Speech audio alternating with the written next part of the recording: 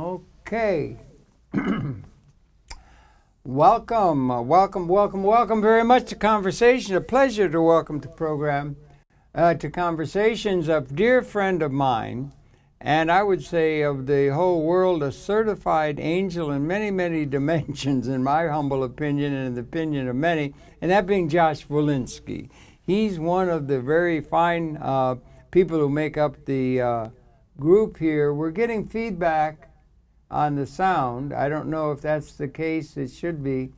There it goes. Okay, and here at MNN. And Josh, welcome so very, very much to Conversation. A great pleasure to welcome. Well, it's really a great pleasure and honor to be here. And you're one of my favorites and one of my mentors. Well, you're one of my mentors, if I may say so. And what we want to do, Josh, this is now, let's just set the tone here.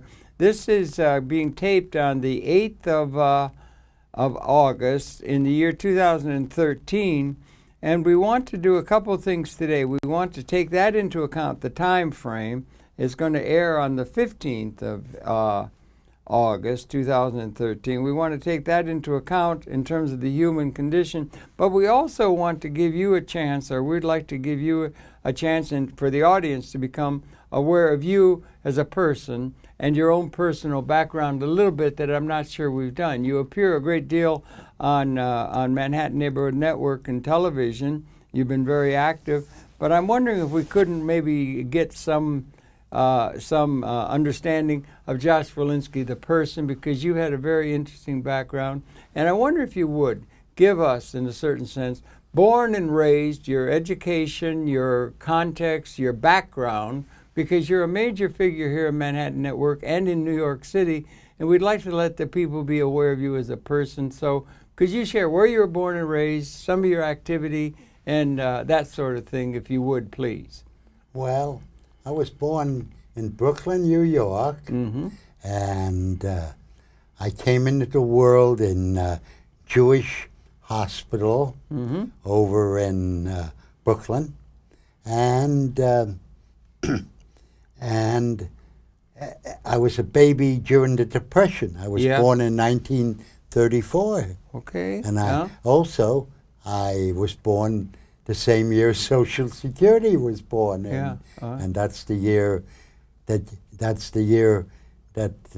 the New Deal gave us a real New Deal. Yes, indeed. And certainly Social Security keeps me going like it does so many people. Let's hope it should be safeguarded. It was a great deal, a great gift. And then I went to New York public schools. When I was very young, I had a medical condition known as muscular incoordination. And I never picked up the medical word because they didn't even have medical terminology for it. All they could tell was that for some reason I had a very difficult time of coordinating. That included speech and walk and language and movement. And there were a few doctors who thought I might be even retarded. But there was one doctor in my corner who said, Joshua is not retarded. You can tell he's thinking much faster than he's articulating or speaking. So they gave me a first-rate checkup finally in Columbia Presbyterian Hospital, and they found that I was all right, that I would grow out of it. And I did grow out of it, but it took the time, the most important years to grow out of it. What were you how many years were you in that state, if you recall back to? Well, I think I finally showed remarkable progress in my middle teens. Oh, you were. Oh, I see. Okay, you're right. So it wasn't like just when you were an infant. What does that mean? That means I didn't pick up basketball. I didn't pick up baseball, which all kids pick up, and so on. And And for a while, I went to the New York Hospital for Speech Disorders, and then I also, they always were checking my bones and so on, but they came to the conclusion that I would grow out of. So I did grow out of it, and I think the thing that I regret most isn't so much things like baseball and basketball. I think the thing that really saddens me the most is my mother and my aunt was really, and even my father, was so fluent in Russian. Oh, really? They were fully literate in Russian. And you could have picked it up, but you didn't? Yeah. Is that it? Yeah. I didn't have the skill. And they didn't want to burden me with another language. Yeah. Because at that time, that period of my time, I even had difficulty with English. Really? But they didn't want to, so to this day, I'm not really a linguist, or it might be habits from the past. Did you have any problem in learning English? Did you say no, you had some? I knew the words, but usually someone very close to me would have to decipher what I was saying. It was so. The theory was that perhaps my mother, they can't be sure, perhaps my mother had meningitis when I was in the womb. Okay. They can't be sure. Yeah. But thank God I grew out of it, and now when I make reference of it, people say, we're amazed because we can't tell that you ever had any condition like that. Yeah, well, which is a great compliment. Yeah, well, a compliment, and it's also true. You have a great retention. You have a great wide-ranging interest in all kinds of things, and you have what I'm here to proclaim. You have a great deal of inborn, what would be called wisdom and understanding of the human condition that speaks very well for no matter when you got to where you could move with basketball and everything, speaks well for you. And that's I never knew that about that. You had that little thing. Whatever it is that got you started, you sure did turn out well in my book. You're a really major thing. Now, when you got into school, you said it was 12 or so you had that. Yeah. Did it interfere with the schooling and everything in the early grades? I was always taking extra speech classes. Okay. And at one point I even had a private instructor. Okay. But it was much easier to have people like that in those years because they weren't, to paraphrase you, they weren't that much interested in the New Deal in that era. The big thing was not money. No, everybody was in the same boat. Yeah. Everyone was a victim of the Depression. Yeah, everyone was busy with World War II. Oh, yeah, when it was looming. Yeah, right. And money wasn't everything in those days. Yeah. It seems to have become so in many ways of seeing things now. Yeah. But but in school, you went to public school and the normal progression and all that. I went to, and what was the setting in the home in terms of things intellectual or things concerned with the, the politics of the time or the social movements of the time and that sort of thing? Intellectually stimulating around the dinner table and all that. I was always interested in political and social issues. Yes. Even when people weren't discussing them. So when I was a child in Washington, D.C., everybody knew that my mother was proficient in Russian and worked with both the United States and Russian governments, or Soviet government. They all knew it. And when I used to walk around Washington, D.C., these Southern people, these very, very simplistic Southern people would see me on the street. And remember that car show we went to a few days ago? Oh, that we were upstate when together, I used to look at the cars. The Buicks and the Studebakers. I was sort of around Harvard Street near the Diplomatic Missions. And that's like a small southern town in Washington in 1943, when I lived there.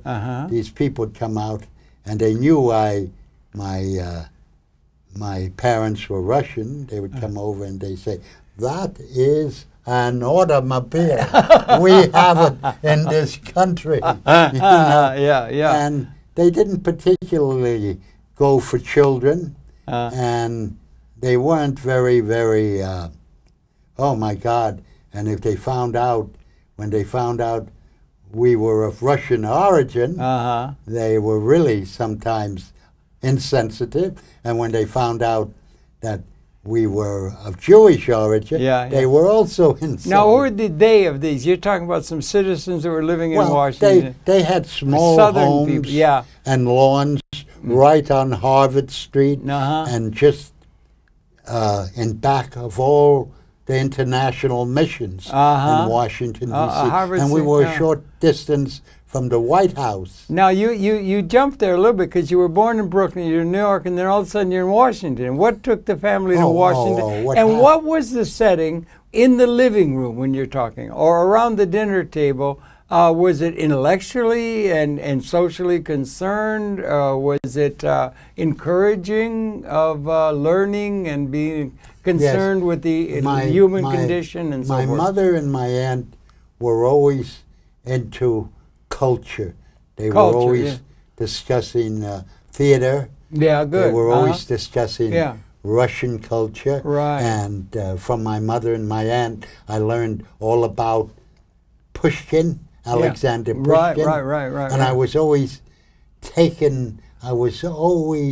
very impressed by the Russian history, you know, that Pushkin's father was a mulatta. I didn't know that. He was half and black. Right. Because his grandfather, when the Russians came upon his grandfather, Peter the Great sent, you know this story? No, I don't. I don't think so. Peter the Great sent emissaries to Russia, and when they were sent emissaries to Arabia, to the Middle East, and when they were there, they had some slaves entertaining them, and among the slaves was a very, very brilliant and precocious 10-year-old, Arab child, Arabian child. So they were amazed by this child. He was so charismatic, even though he was about 10 years old. So the Russians looked at their Middle Eastern hosts and said, "We would love to purchase." He was a slave. He was a black child. They said, "We would love to purchase this child." Amazing. And bring him home to the Tsar, to Moscow and the Tsar. He would be a wonderful companion and playmate for the Tsar, who's also about 10 years old. Right. So they said something like, "Okay, you can have him for 15 million rubles or something." So amazing. So, being very clever negotiators, they kidnapped the child in the middle of the night and took him back to Russia. I'll be darned. And they introduced him to Peter the Great. And he became a playmate and a favorite of Peter the Great. I'll be darned. So when they became mature, Peter the Great actually started giving him tutors and training. And he got military training and cultural training, even though he was a very smart kid. And the time came when Peter the Great freed him and said, "I'm giving you this land and this great estate and promoting you to a high military position." And this man became one of his greatest generals. I'll be darned. And he was black. He was a black.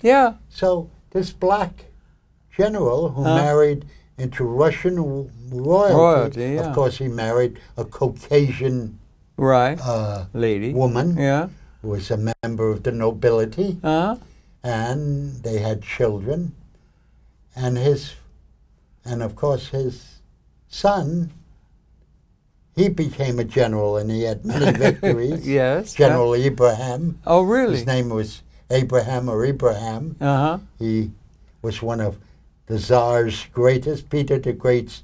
You don't know this? No, I don't know this. It's all the whole cloth. He became one of his greatest generals, and an equal, a complete member of the nobility, the Tsar's entourage, and his son was also well educated, but he was a mulatto, like the man who wrote The Three Musketeers. Dumas? Dumont was also a mulatto. Yeah, right. So he was a mulatto. He was half black and half white, and his son was Peter the Great. Was Pushkin. Isn't that something? Really, really. Alexander Pushkin. Yeah. They compare him to Shakespeare. He wrote so many great dramatic plays and stories. And the theater is so very, very popular in Russia. The theater, they fill seats easily in Russia, and they really respect the theater. And he has one up. And culture, He has one thing that's more remarkable than Shakespeare. You see, the Russian nobility never spoke Russian. Really? The only ones who spoke Russian were the peasants on the street. What did they speak? They spoke French and German. I'll be darned. I didn't realize that. Many of them didn't know Russian. But what did Pushkin did? He did the exact same thing as Isaac Bashevis Singer. No, Isaac Bashevis Singer only wrote in Yiddish. Is that right? Okay, I didn't know English. that. I didn't know that either. You're a trove of knowledge. Go talk. Yeah, I'm learning. Yes. Pushkin only wrote in Russian. So the nobility had to go back to school and learn Russian. Now Shakespeare never had that problem. No, he did not. No. So this makes Pushkin even a more unique figure. So your people in literary history. Absolutely, that's an incredible tale, that incredible series of facts and everything. I learned like crazy. That's really interesting. And your family was from Russia, then? Your parents were from Russia. My father spoke a fairly decent Russian, but my mother and my aunts were whizzes because during the Russian Revolution, my grandparents were middle class, upper middle class. They ran the main bakery in the city of Melitopol, which is off the Sea of Azov, which is off the Black Sea. They ran a bakery, and it was a very successful bakery. So they were so successful in the city of Melitopol that they were able to send their children to school. They had servants. They had lots of land. And the amazing thing about my grandparents were that they were very sympathetic with the Bolshevik revolution. Interesting. Because peasants were dying all around them. So by the time a peasant reached the age of 40, they were old. Used up. Sick. And also every day on our land, I make it sound like my land. I was never there, but I was told so many stories. Every time they would find dead peasant children who would starve to death during the night. Horrible. And my mother told me this very charming story, how she was greatly respected. When she was 2 years old, during a pogrom, the white cavalry rode into White Russia. Rode into when town. When was she born? She was born in about 1912. 1912. Okay, and the revolution is 17. Anyway, I would say probably 1915. I'm sorry, 1915. So the cavalry rode in during the Bolshevik Revolution, and this was a pogrom. And they wanted to behead everybody. They had their sabers out, and they look at this little 2-year-old child in the road who happened to be my mother, and they said, "Where is your mother and father?" They were ready to whack off their heads, so decapitate them. Good grief. Here this little 2-year-old child looks at them very innocently, and she says, "Oh, my parents are right in there, and they're in there with cholera. Ah! So here Clever. they hear that Yeah, from a so they're not three-year- going near that. and 'cause they yeah. rode out of this town. Oh gosh, you're right. So she right. really got quite a reputation. Right, for right, that. right. For being wise, Yeah, little quick, girl. and a little squirt, huh? Yeah. And then they escaped from the conditions then and came to Yeah. America then, Yeah, right? yeah. And that's how they happened to be speaking Russian. So you were part. There was a lot of Jewish from Russia coming at that time, I Yeah, think, right? yeah. Yeah, it was a tough time. Well, they had an invitation.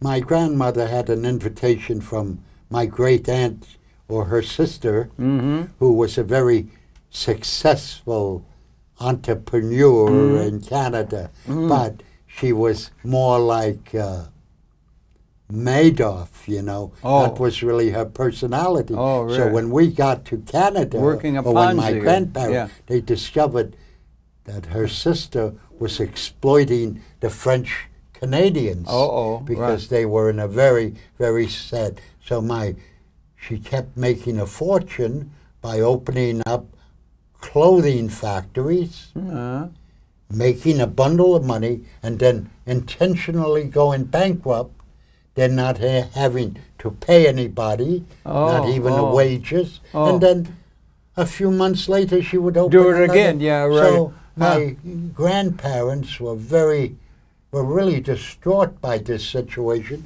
and said, we don't want anything more to do with this woman, right. even though on she ethics originally was ground, our host in the New World. Yeah, right. So from Canada, they came to New York. They came to New York. I see. So What they a story. didn't escape Russia. They escaped Canada. her sister. Her sister, right. And Boy, you're a storyteller. Can you just see that all going into being made a movie? What a story that would be, from the little girl with the Cossacks and all that sort of thing. It'd be a heck of a movie, wouldn't it? You'd be a great storyteller. Yeah. That's amazing. I've never known all of this. It's really, really interesting, right?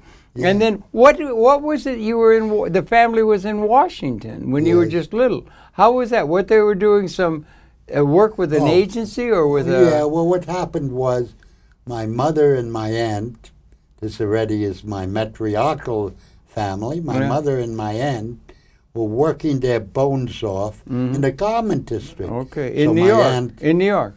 My aunt was a super worker, you know. She was hired because she was so fast on a sewing machine. Yeah. And my mother also had the same kind of work, but she was much slower. But my aunt was what was called a piece worker. Yeah, right. P-I-E-C. Yeah. So while they're in New York and they're struggling during the Depression and after the Depression, what happened was they saw an ad in a newspaper. I don't remember what newspaper, but they saw an ad that a corporation owned by the USSR needed workers, needed translators. Oh, translators. Yeah, right. Okay, from English to Russian. So anyway, they applied, and they were hired by the Soviet Purchasing Commission, which was a United States corporation. I see. With a United States charter. Was chartered in the United States, sort of like TD Bank, which is Canadian, or maybe HSBC, that is really Hong Kong, or China, or whatever. I don't know how. So they were chartered by the United States. So they became staff translators. Yeah, right.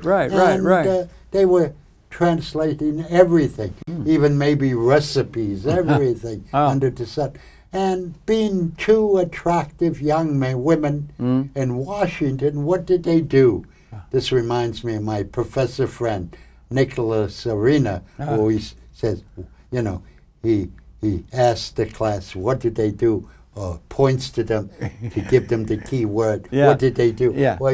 Well, they gave a party. They were attractive women. They want to meet young men, and so on, because by that time, my mother and my father were separated, and my aunt was never married, and they gave a party. So they gave a party, And everyone came, all their new friends from the commission, and it was going pretty well until one general got very, very drunk. It's been known to happen in Washington. Abusive, yeah, and nasty. Yeah, right, so right. Yeah. all the women had a conference. They had a powwow. Yeah, and paraphrasing Pamela Timmons. Yes, God bless her. Yeah, They had a powwow. They said, "Let's just send him home." So they sent him home against his will, put him in a cab, and he went home. Anyway, the next day when they all came to work, everybody, they all had pink slips. Oh, my Lord, really? So they said,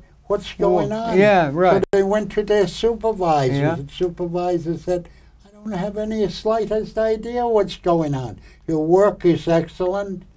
Anyway, they checked into the situation and they discovered that this guy who they sent home, this general, was the executive director and he of fired the them. purchasing. Yeah. And he fired everybody. Oh, my Lord and gosh. And they weren't able to fight back against that, no? No. Well, was there a sense in the family of social justice? Because you have a deep commitment to social justice in this world and so forth. And did that come out of the family? And Well, where did you get such a strong sense of social well, justice? here, listen to this. I got it from my mother because my aunt was always a pessimist. She was a lovely person, but she was a pessimist and very, very careful. But anyway, so my mother, so my aunt said more or less whatever they said in 1942. You can't fight City Hall. Yeah, a lot of people say that in their mind. My mother said, "No, this is very, very unfair, unjust, and I'm going to go above." Are you talking about the firing? Yeah. Oh, okay. Yeah, you're gonna back to have that. Sorry, I interrupted you. Yeah. Over his head. Yeah. So she went, "I'm going to make this short because this can go on for hours." Yeah, but it's really interesting. She went to the consulate general. Yes. They listened to her. This is all in Russian, by the way. Yeah, right. Because if it was in English, I don't know if they would have listened. What a movie! What a movie! I want to know who's going to play your mother. Who's going to play? Hitchcock could do wonders with this. So the consulate general said, "We believe you, Madam Volinska. Volinska. But you have to put it in writing." So she put it in writing so brilliantly. In Russian or English? And in Russian, of course. The consulate general considered it. That's his whole organization. They brought my mother and my aunt in and other employees, told them, "We are rehiring you. You are all going to be rehired. And the gentleman who fired you is going to be transferred, given another..." And then they approached my mother and my aunt and they said, "You know, your Russian is so impeccable, huh? Yeah. You're really literate. Yeah. Would you be interested in trying to become one of our best translators and work with our generals when they work with American agencies?" Right. So that's true. So through that job... It's got to be made into a movie, Josh. It's so great. What a great storyteller you are. I tell you. And it's all there. And oh, gosh, that's really great. Now, you got your sense of justice. Yeah. Where did you... And also, you worked... And many people will know... And my sense of trouble. Sense of trouble, too. Yeah, that sometimes the two can get you into trouble. But anyway, but you also worked, everyone will know, you were back in New York, you're here at MNN, you got a great presence here, you're putting on wonderful programs, and then you worked for a long time at the City University of New York, up on 138th Street, right? Yes. You know, let's bring it up to date, because we got halfway through the program, and we've got 4 movies I've got in my head of what could be your early background. Okay, that's a movie, too. Yeah. I came to City College in 1953. Okay. I guess my best friend tells me that's during the Korean War. Yeah, it is, yeah. And by the way, I enlisted for the Korean War. But what happened was... I got drafted. I did it on Simpson Street. Okay. So I went to Simpson Street, and they took a look at my flat feet, and they said, they said, you know, we have enough good candidates on Simpson Street. And I said, yeah, but I want to go. I want to serve my country. You did? Oh, my But all Lord. he wanted to do, so I did. So they said, look, you're going to City College. Right. You should be happy to be going to City College. Absolutely. And Great school. We'll give you a free meal, and we have enough applicants here on Simpson Street. Harvard on the Hudson, that was a major school, and free tuition and a tremendous array of scholars and everything like that. Yeah. So go on. Yeah. I went to City College. I was and in City College, to supplement my income, I went to I joined the staff of the City College store. I should say City College institutional store, because they had responsibility to the community. In other words, they had they were the publishers. They were the City College Press. They had wonderful concerts with Pete Seeger and Bob Dylan and I met all these people. And even Joan Baez, Josh White Jr., Yaffa Yargoni, and then I got into the City College store, and I became an iconic employee there for decades, right? Yeah. And you were there, and you were in that very stimulating environment. Right. And you have a deep sense of social justice, do you not? You've been involved with WBAI for a long time. Yes. Maybe you could share that, and then you're here at MNM. I came in 1966. Into 66. Here's a secret you don't know. Okay, tell me a secret. I came in 1966 with my mother. Okay, I really? usually say a girlfriend. Yeah, And who should be there? I don't know. Giving her 15-minute commentary but the Ayn Rand. Ayn Rand, really? She was there. I'll be darned. And here my mother and her get into conversation. Yeah. Russian. And Ayn Rand spoke Russian? Yeah, she was born in Leningrad. That's right. And she spoke Russian fluently. I'll be darned. In fact, she had a deep Russian accent. So anyway, after a while, I came in with her, and I was talking to someone. Then I come in, and Ayn Rand, and she looks at me and she said, "This big guy is your son?" And she said, "Yes." So he said, "He must be good for something." He said, "Look, I have some mail to get on. Would you help me get my mail out?" That was before computers. So I was licking stamps, doing mail for her. For Ayn Rand? Yeah, Ayn Rand. Okay, not knowing who she was, or what? No, I wasn't. Were political? Were you political? You're coming into BAI. You met at BAI. My mother, is Ayn Rand progressive? And my mother said, not at all. Was your mother progressive? Yeah. Your family was progressive. She was a radical thinker. Yeah, you were progressive. So my mother said, you know what she was telling me? She said, this week's commentary. She would do a commentary show. Yeah, Ayn Rand. Ayn Rand was talking about privatization of television of the Tennessee Valley Authority. Oh, that was just coming, her commentary. Okay, So we looked around. We loved WBAI. I met a lot of the personalities of that time, like Marshall Windmiller was a progressive commentator.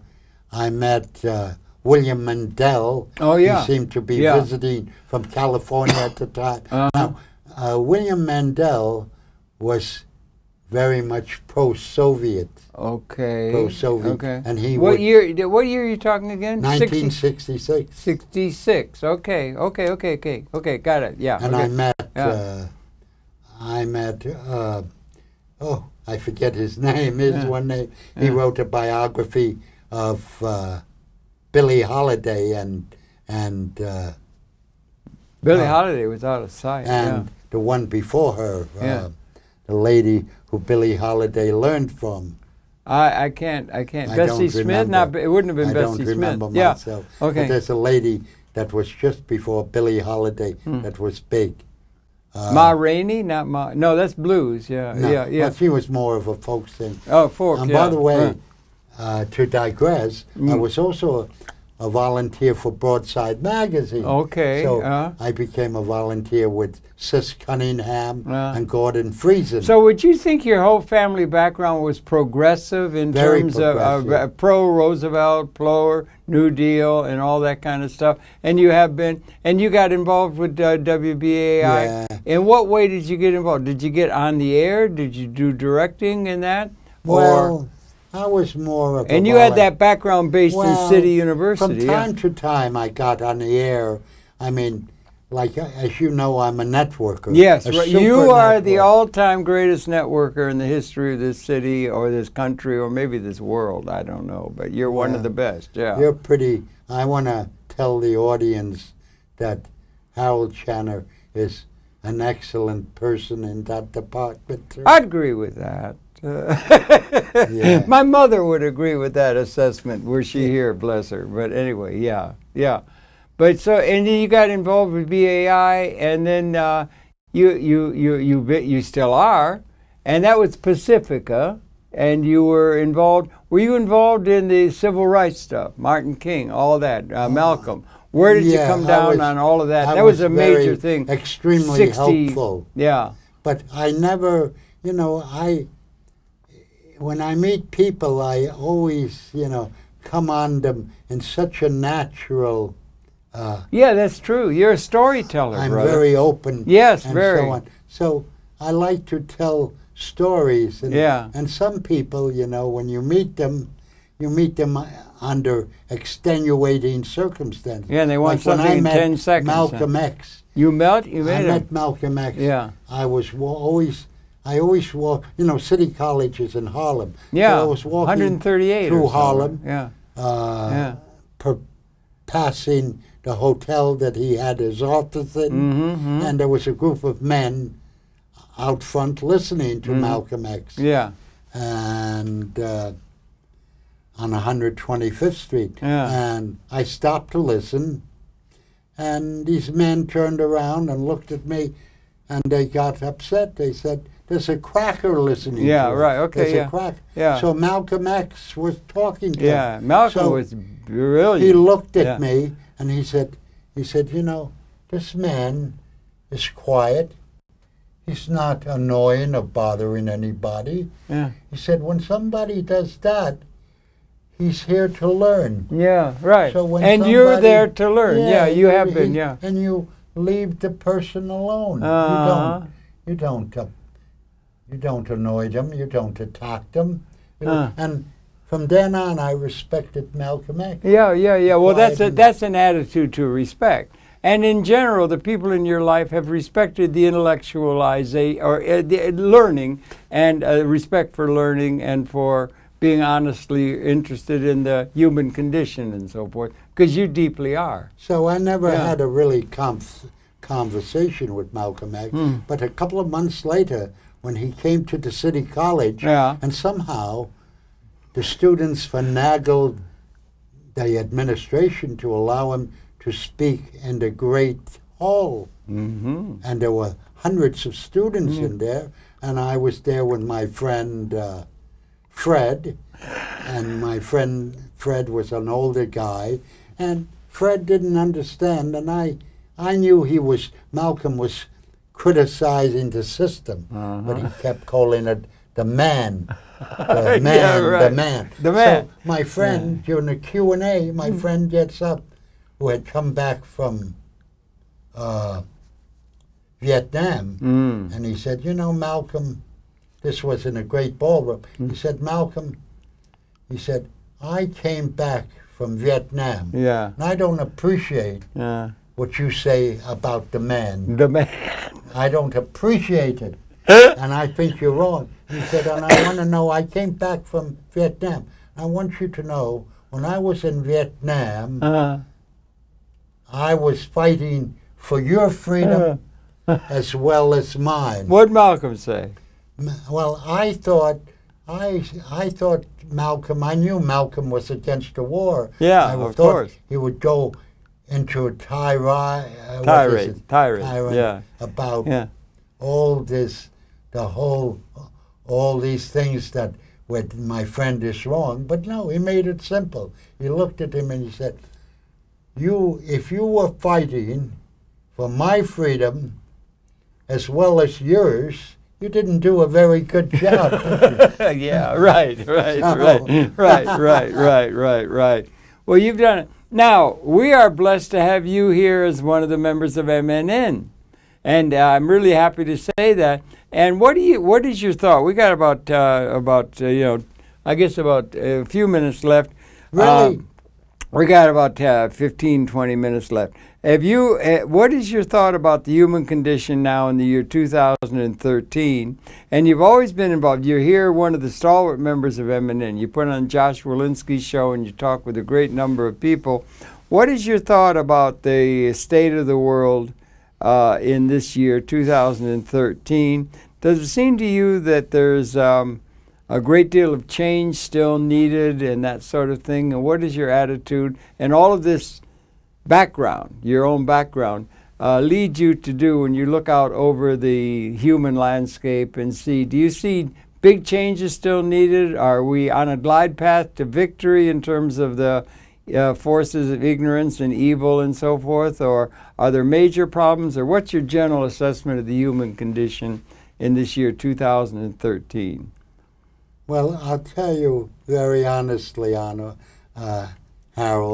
I'm traumatized because very often when I talk to young people, and even my children out of wedlock, I have to tell them that sometimes I feel like I came here from another planet. Because after all, I was, like Richard Wolff, had great respect and regard for the New Deal and the promises they made. I remember the original, for instance, rent control, where landlords were not allowed to have a blanket increase on a building.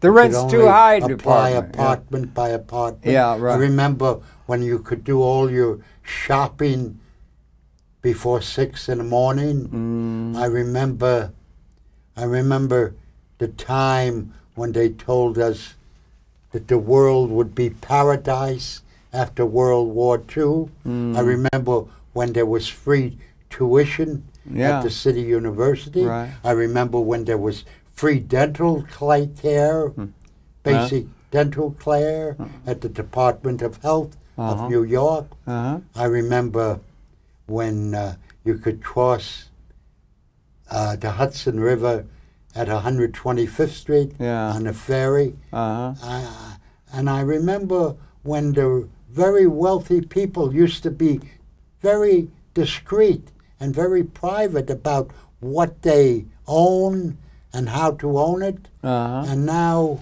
you have these ridiculous things like the real estate section of the New York Times that talk about the Everest advantage. You know what the Everest advantage is? When we were young, if you lived at a 5-floor walk-up, that would be a disadvantage. But now the New York Times printed a story that if you live in a 5-floor walk-up, you're living in a luxury place because you're living close to the roof with a skyline and so on. So I suppose if you have cockroaches and mice, you're also living in a luxury place because you're at a entertainment. You're at a wildlife. Right.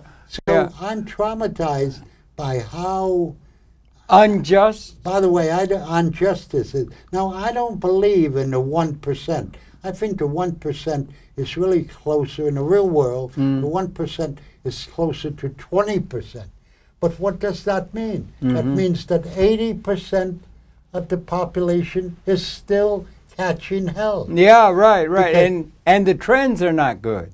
The trends are terrible. Good. The kids come out of college, they got a huge burden of debt.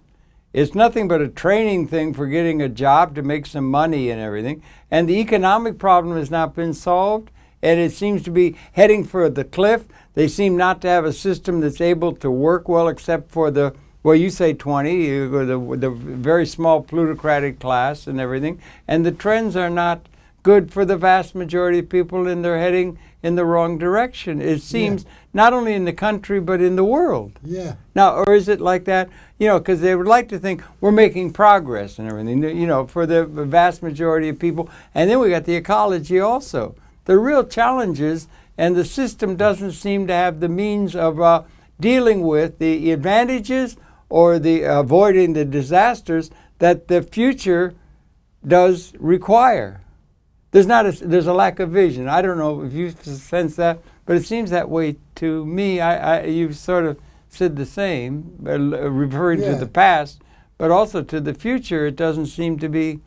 Okay, anyway, I didn't mean to drag on. And then you always ask the question, will somebody push the button? And well, that worries me. Yeah. And my answer to that is, yes, if the wrong person gets to the button, they will push the button. Or if the situation becomes unmanageable by the people who are trying to maintain the old way. Yeah. And all this stop and search stuff going on up in Harlem and everything, it's as though they're trying to make sure they'll stave off a peasant revolt or something, like it's going to blow. It's going to blow like a general strike or something, because they don't have the means within the context in which they're thinking to provide for what the future requires in a liberating way. And so they're worried about I think they're worried about a massive, what would Sorrell would call a general strike or something might be occurring on the world scale, because the possibilities of liberating the human society and the needs and the possibility of the ecological concerns for the old order are of such a dimension that rival, in terms of improving the human condition within an ecological context, the tremendous destructive capability which has since about 1970 become species lethal. It's got a species lethal quality. It can wipe out the entire species. There's an existential new reality, no? Yeah. And they don't have a vision that's going to apparently be able to get us there all of a piece and make the great transition that is required in the future. And I don't know, that seems to be, maybe that's just we're both older, but that seems to be the case the way I see it. I don't know, apparently you see some of that as well. And as I say, the people who are capable of that are around. Yeah. They just haven't gotten to the button. Mm-hmm. And now you're talking about unleashing the ungodly. Yeah. And qualitatively different quality of the weapon systems that undergird the claim to political legitimacy of the various political systems over the history of the world, which has usually always been whoever had the biggest club could hit everybody on the head and conquer. Yeah. And realpolitik. And it still seems to be declared as the being realistic, practical answer is to beat down the serfs and keep them down and so forth. And you understand, I'm sorry, I'm ranting now, but you were citing some of the things on a personal level, but that it's very worrying because it's such a moment of qualitative transformation required, and our leadership, political and business, lack a vision that is required to realize that potential. Or something. I'm ranting on, but I didn't mean for me to talk. I wanted you to talk. But you sense the same kind of thing. You feel a sense of disappointment. Yeah, I agree with you. And you know, it's terrible when you see them selling off the land of public housing, which is very precious, and you see Section 8 disappearing now. A social worker told me there are no more applications for Section 8, and they're selling off land. And Section 11 is gone long ago. That's housing according to your income. And Mitchell-Lama is gone. Detroit's just gone bankrupt, the city of Detroit, my hometown. That's amazing. That's amazing, and it may be a precursor to others. Okay, I'm sorry, I didn't mean to interrupt. I always loved Detroit, that it was the automobile city, and had so much going for it. Yeah. And now an entire city is bankrupt. Now, that it may be a precursor to others, too. Although they say that they made bad decisions, they were all dependent on one industry. They should have been investing in universities and cultural things, and I don't know, the courses they take, high-tech, information technology, these kind of things. But I don't know that that's... that those institutions are falling down on the job. The educational institutions are falling down on the job. There's nobody coming up with the kinds of systems thinking that's required in order to navigate to the future among our so-called leadership. And the universities are all specialized out to where they can't think systems in a way that the intellectual class and the concerned people should be doing in the name of a progressive view of improving the human condition within a context that's very inclusive of everything. Now you have to include the environment as well. I want to say a few words about my leaders. I mean, like, for instance, I admire Ed Snowden. I think yeah, he's an right, absolutely, national hero. Yeah, and Lynn Stewart. Oh yeah, I interviewed her. Yeah, I interviewed her at M&N. Yeah, and she told me some amazing stories, like this guy, someone climbed into his window and was stealing his lung machine, and he had a fight with him, and he won. He killed the man, and they brought him to trial, and Lynn Stewart got him acquitted because self-defense. Yeah, right. But it was a tough thing because the district attorney said to this man, "But you didn't go to the hospital." So Lynn Stewart said, "Wait a minute. Let's ask him, does he ever go to the hospital?" And he said, "No, I don't remember if I've ever gone to the hospital." Right. He had all these injuries. He was claiming, his defense was, "I was fighting for my life." But it turned out that because of his economic situation, he wouldn't even go to a hospital. Right. And she brought it out. Yeah, well, it's bankrupt. And the jury acquitted him. So she told me these stories. So these are the heroes, some of them. You like Rick Wolf, and you're like other people. There's some people and that, but... And, of course, I'm a great admirer of someone by the name of Harold Hudson Channer. Oh, well, thank you. Well, I'm a great... much life into public access. Well, then thank you. This is a mutual admiration side. I have a great love of this fellow Joshua Volinski, who just laid out about 6 Preston Sturges movies that are in the life of his own upcoming. But it's like that we're in that time now, and so it's worth mentioning because you did bring it up. The Pacifica Network has got a proud tradition. And Manhattan Network and Public Access does. And thank goodness you've come to join the people here at Public Access. Yes. I think there's a great hope for getting some of the ideas out there through Public Access, don't you? And I thank you for contributing. You're contributing now.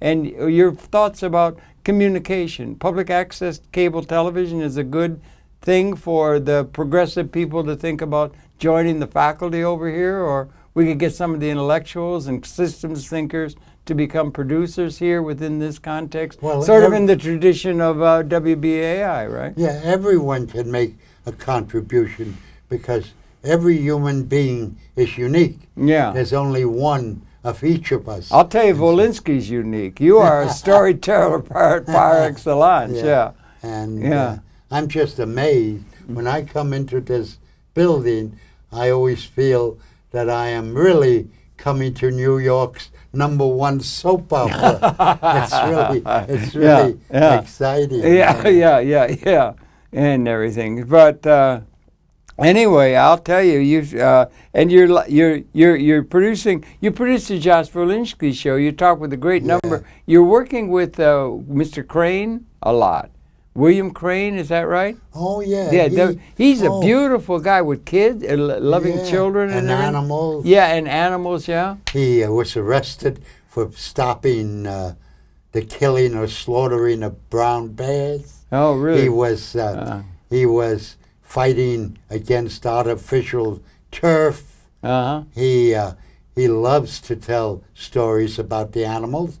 He said the last time he had a powwow, one of the turkeys came into the circle of himself and his friends and just sat laid down like a dog, put his head on the ground, and was enjoying the camaraderie, you know? A turkey. A turkey pie. Yeah, right. That's funny. So yeah. that's amazing. That's Thank amazing. goodness. Yeah. And it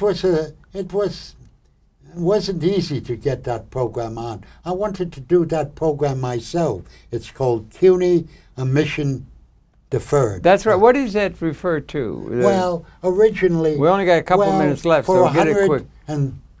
For 150 years, City University was free to all New Yorkers. That's right, who had a C average. Yeah. And it wasn't even for the particularly brilliant people. No, but they had a lot of brilliant people there, particularly in the right. 30s. There was the major, the whole, So when they reverted, when they switched to tuition and all that, like at Cooper Union, we got very angry, and also they changed the